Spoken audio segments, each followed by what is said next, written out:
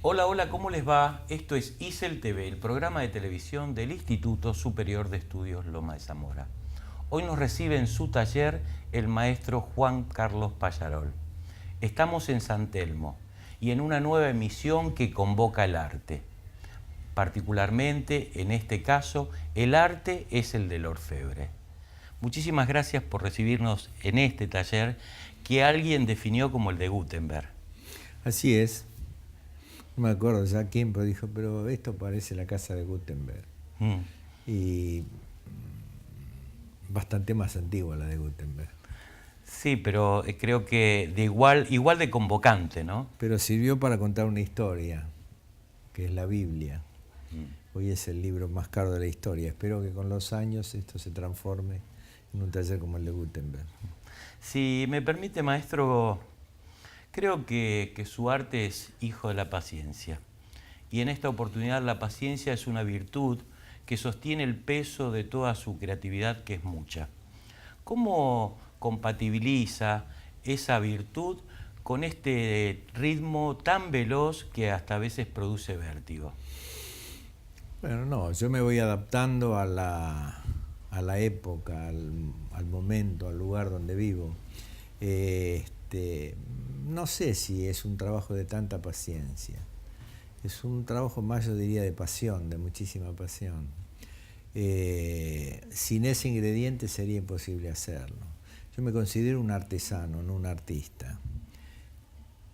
Las obras que salgan de estas manos o de este taller, con los años, los críticos, la gente, la historia dirá si son obras de arte o no. No entiendo mucho qué es un artista.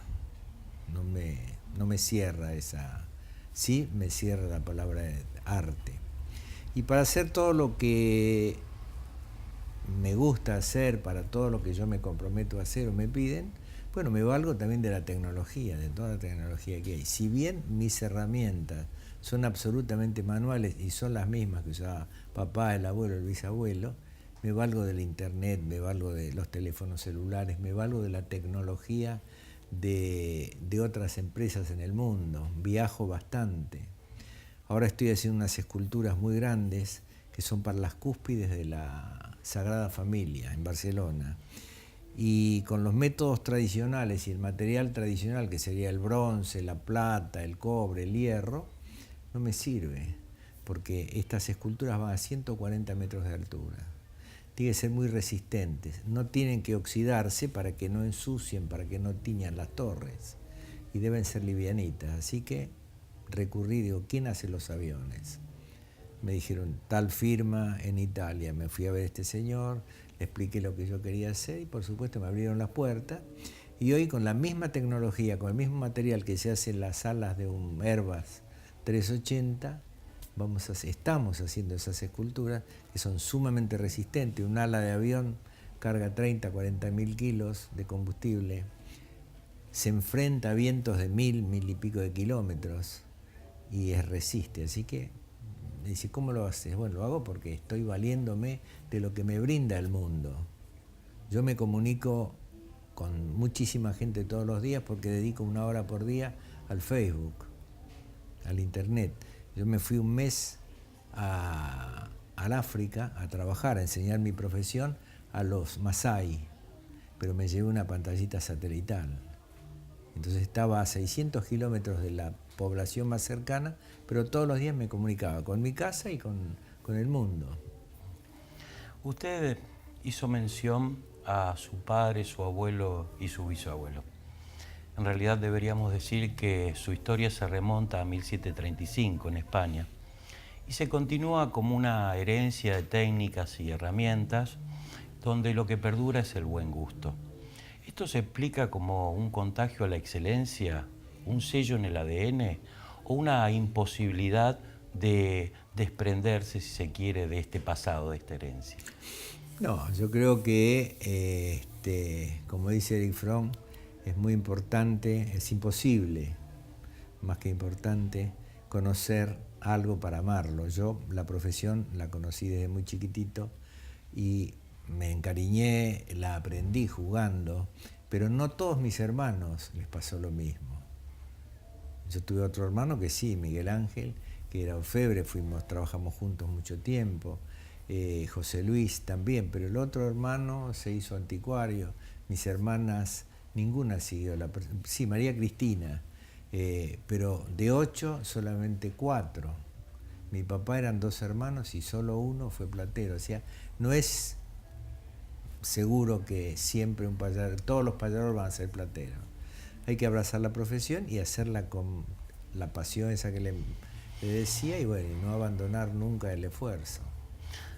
Yo mencionaba que su historia se remonta a España. También hay un pasado en nuestra ciudad de Lomas de Zamora, en el sur del Buenos Aires. Sí, el taller empezó en Barcelona, en un lugar que no por casualidad, yo no creo en una casualidad, tenía la misma dirección o ubicación que este taller donde estamos.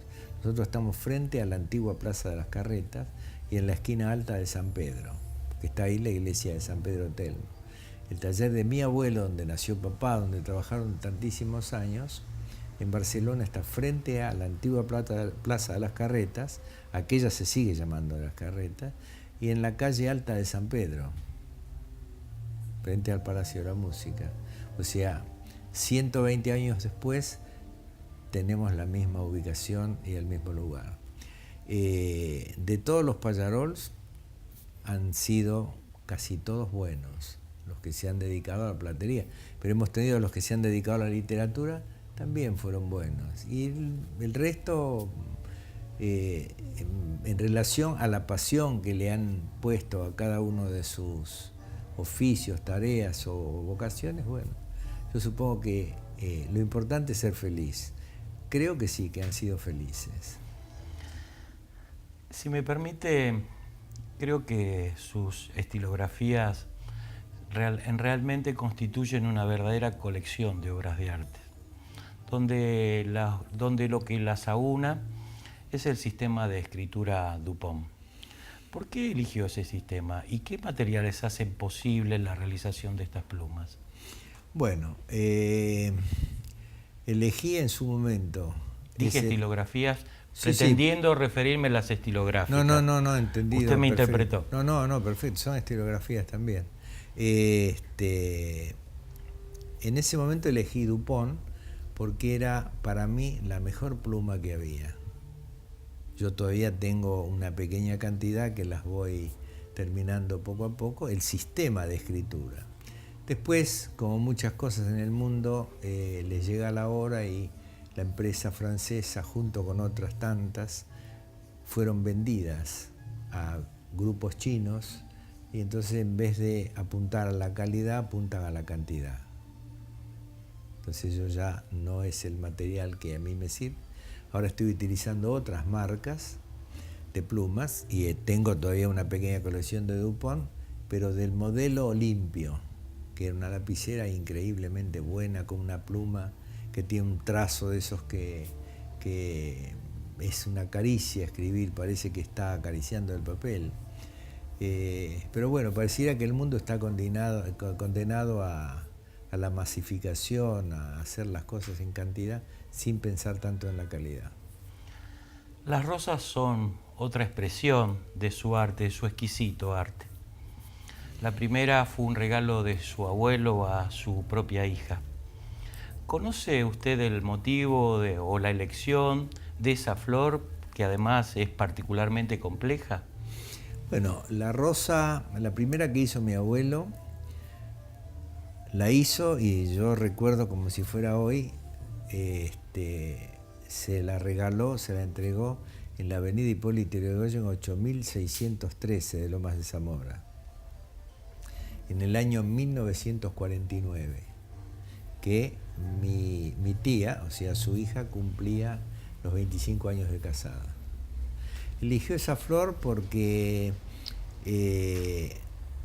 era de las primeras que hacía, había hecho algunas otras, pero él más que nada hacía los lirios para las imágenes de San José, se hacían otro tipo de vegetales o frutos para la parte litúrgica, pero rosas así muchas no habían hecho.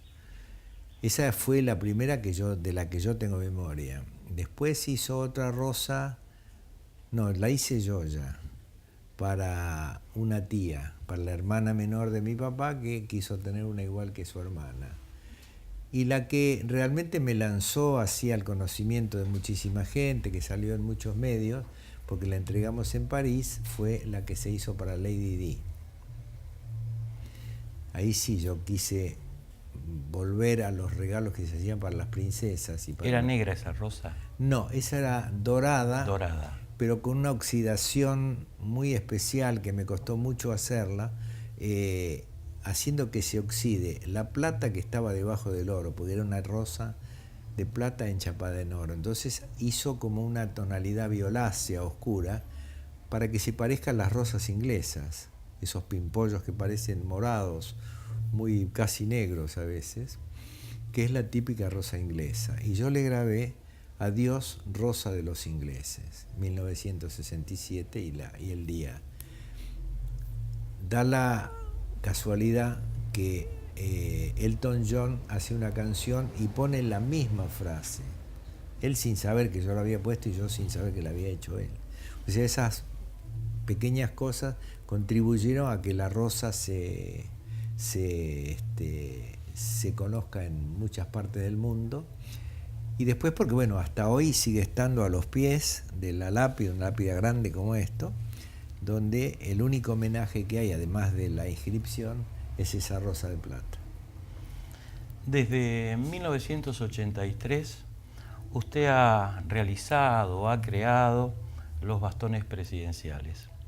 Es decir, en ese periodo han sido símbolo de autoridad, y no de una autoridad cualquiera, sino de una autoridad legal, de una autoridad democrática.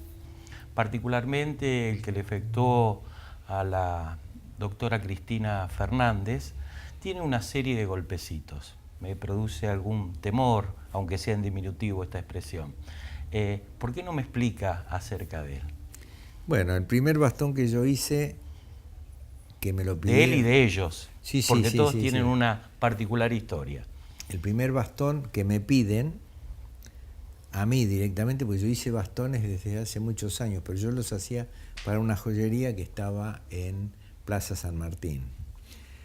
Cuando me lo piden a mí, entonces me mandan un plano, yo ya lo conocía porque lo había hecho alguna otra vez, y hago un nuevo dibujo de un bastón que tenía, para mi criterio, materiales nacionales y la simbología que tenía que ver con nuestra cultura, con un país democrático y republicano. O sea que no usé ni la caña de Malaca, ni usé los esmaltes franceses, ni usé los símbolos clásicos que tenía una guarda griega, que no decía nada para nuestra simbología.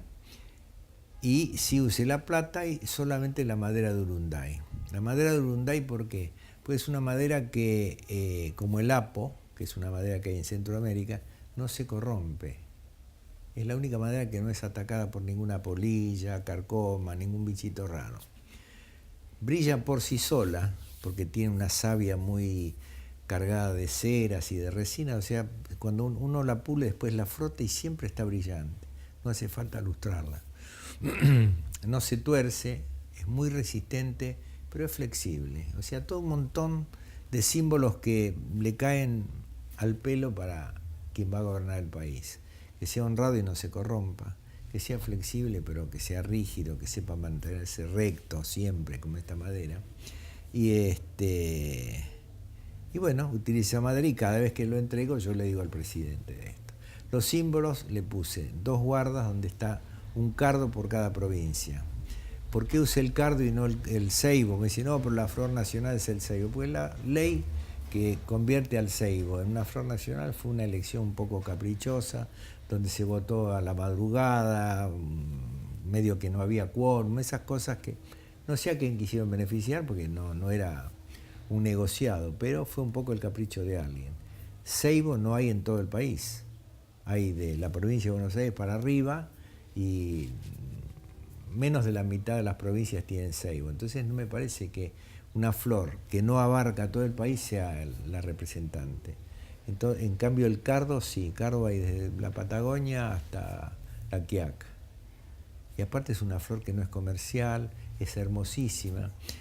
La historia le atribuye un montón de virtudes, hasta dice que con los pinches espanta a los malos espíritus. Así que usé yo el cardo. Y puse en el regatón 3 pimpollitos por las islas del Atlántico Sur.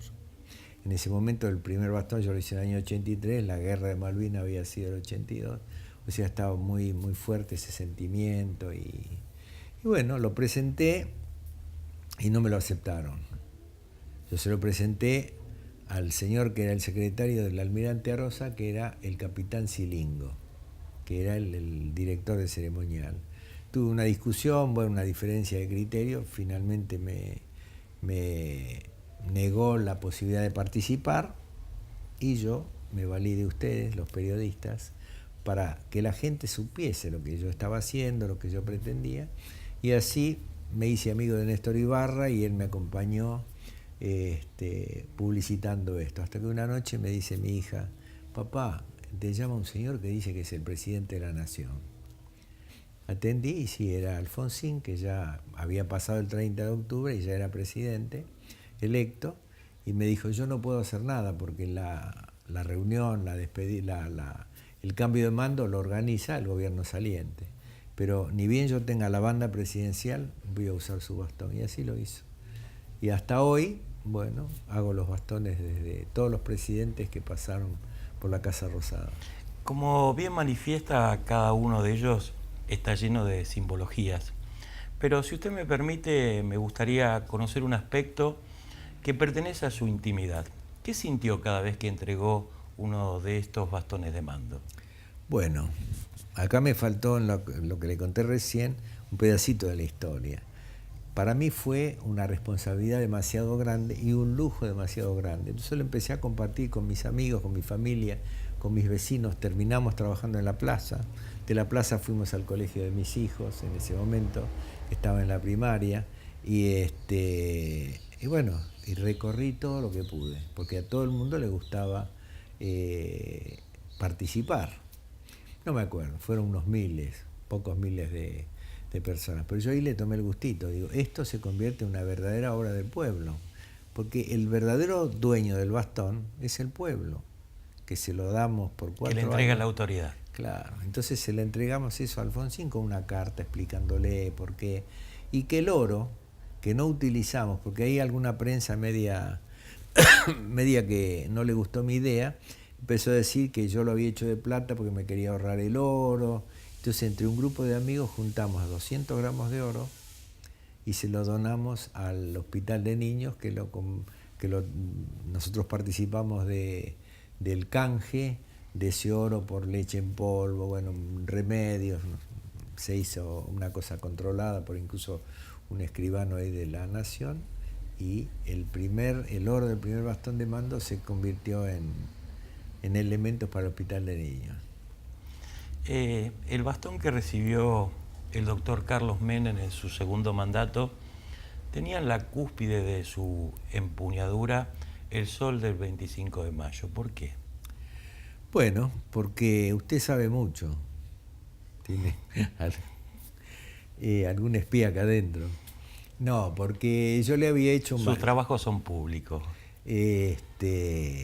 No, son cosas que me gusta que se sepan también. Yo siempre el bastón lo empezamos, yo el próximo bastón lo empiezo el 10 de diciembre ahora, un año antes de que, para que la gente que trabaje en el bastón, que todos esos golpecitos que se ven están hechos en el caso de la presidenta actual, tiene 3.026.000 golpecitos, contados por un contador electrónico, que cada vez que por eco se da un golpe queda registrado. Yo había hecho el bastón antes de saber que él era el que ganaba las elecciones. Cuando ya estaba él había ganado la segunda vuelta, me llamó y me dice: mire, ¿le molestaría hacer un pequeño cambio? Y digo: mire, no se acostumbre, pero dígame qué es. Me dice: mi hijo me dio un dibujito del sol del 25 de mayo, muy ingenuo, que había dibujado su hijo cuando iba al colegio. Me dice: ¿me lo puede poner en la empuñadura? Y entonces sí, me pareció que era una cosa tenía más que ver con la emoción y le grabé ese escudo, o sea que además del sello, que tiene la fecha de cuando se hizo, el que tiene el sol, es el del segundo periodo. ¿Cómo y dónde se enseña hoy el oficio de orfebre? ¿Y cuáles son las herramientas que es necesario disponer? Bueno, son herramientas muy simples, herramientas manuales. La herramienta principal es el ingenio, es el buscar para cada trabajo, bueno, los elementos necesarios para llegar hasta donde uno quiere llegar, que puede ser desde un martillo, un cincel, un buril, una lima, piedras, maderas, todos los elementos de la naturaleza sirven para hacer algo. Y después, bueno, están las escuelas nacionales, las escuelas municipales de La Joya, la escuela Ragio ahí en la General Paz, y en la Avenida Libertador, en la escuela Benvenuto Cellini, en la calle Libertad hay otra, hay en Olavarría una escuela fantástica, ahí en San José en Entre Ríos, hay muchos talleres también que él enseña y es donde... Pero ya a los chicos lo que le cuesta más es esa paciencia que teníamos en otra época. Esta de la que hablábamos al inicio. La que hablábamos al inicio. A mí, por ejemplo, un día mi abuelo me puso a revolver unos cantos rodados blancos. Entonces lo puntamos en el fuego, lo pone y me dice, bueno, revolvé estos porotos, cuando estén blanditos avísame, no me llames antes. Yo por supuesto sabía me daba cuenta que eran piedritas, pero por otro lado, sabía que mi abuelo me amaba inmensamente, que nunca iba a hacer algo para gastarme con mala fe, que si me lo hacía hacer era por algo. Teníamos esa paciencia y lo hice, y me di cuenta que lo que estaba templando era mi sentido del tiempo, mi dedicación, saber que a veces para que algo salga bien hay que saber esperar. En 2010 sus obras representaron al país en Expo Shanghái, un evento que es visitado o que tiene 70 millones de visitas en 6 meses. ¿Cuáles fueron las obras elegidas para esa oportunidad? Bueno, yo siempre, no, en este momento no me acuerdo exactamente, pero siempre va el bastón de mando, van las rosas, 2 o 3 rosas diferentes, pero siempre trato de, como voy representando a la nación, como lo he hecho bueno, en muchísimos lugares, trato de llevar las distintas disciplinas, lo que es la platería criolla, la platería de uso de campo, del gaucho, la platería religiosa y la platería civil, para que estén representadas todos los lugares y todas las personas de la Argentina. Sus bastones o los bastones de mando y sus rosas se han convertido en íconos de su arte. Sí, en la Argentina lo del bastón de mando, qué sé yo, recién me preguntó el taxista cuando venía para acá, me dice, ¿usted es el del bastón? Sí. Y las rosas, bueno, tuve la suerte que entre la rosa de Lady Di, la rosa de Máxima, la rosa de Melanie Griffith, como tienen rosas muchas personas del mundo, ha sido motivo de hacer notas y entonces termino siendo yo, me han dicho muchas veces, el orfebre de las rosas o el señor de las rosas, o a lo mejor no saben mi apellido, pero ven mi cara y me dice, usted es el que le hizo la rosa a tal o al otro. En ese mismo año, 2010, usted fue invitado para el Abierto de París para realizar o para crear un museo de historia argentina. ¿Qué fue lo que motivó esa elección? Siempre me invitan. Lo que pasa en ese año, me pidieron algo muy especial, que fue que lleve la máscara de Eva Perón. Porque Eva Perón es una persona muy conocida en todo el mundo, pero nunca pensé que me iban a pedir como un favor especial que lleve la máscara. Y ese año llevé la máscara de Eva Perón y no solo fue expuesta, sino que me pidieron si no la podía donar para un museo de París y allá quedó la máscara. En otra entrevista, usted manifestaba que no sabía si lo suyo, o aparecía una duda, en el sentido de que usted manifestaba que no sabía que si lo suyo era o un juego o un trabajo. Quisiera saber si se disipó esa duda, y antes de que me conteste me gustaría decirle que en lo personal no veo por qué esas dos cosas no pueden ser compatibles. No, porque a veces no... A mí muchas veces me han preguntado, ¿qué haces tal cosa? Yo cuento cómo veo mi trabajo. Bueno, no, eso es un hobby, pero en la vida real, para sobrevivir, ¿de qué trabajás? De eso que te acabo de contar. Yo, como he contado muchas veces, aprendí a hacer mis juguetes. Afortunadamente, cuando yo era chiquito, no había plástico. Recién venían a la Argentina las primeras cúpulas de acrílico de los aviones que se habían utilizado en la Segunda Guerra Mundial. Y se empezó a usar para otros usos industriales y eso. Así que los juguetes eran de hojalata, de madera, y mi abuelo, que se había quedado viudo en el año 45, me había tomado como su lazarillo, compañero para salir, y me enseñaba a hacer, ¿qué querés hacer? Tal cosa, un carrito, una carretilla, un avión. Y con el material, la madera, las chapitas, todo, hasta las latas de conserva usábamos. Me enseñó a hacer todos mis juguetes. En 2 o 3 años aprendí a manejar el torno, la fresadora, la sierra, la lima, el cincel, y me iba convirtiendo en un aprendiz adelantado de platero. Ya más grande me di cuenta que hacía no juguetes, que estaba haciendo cosas para los clientes del taller. Y me quedó siempre esa, no duda, estoy seguro que juego. Y creo que es absolutamente compatible una cosa con otra. Pero estar 8, 10 o 12, yo a veces estoy 16 horas acá, desde muy tempranito hasta muy tarde, y estar tan entretenido como si fuera un pasatiempo, un juego, no sé si es muy frecuente. Así que yo lo digo con mucha alegría que eso es lo que me ocurre.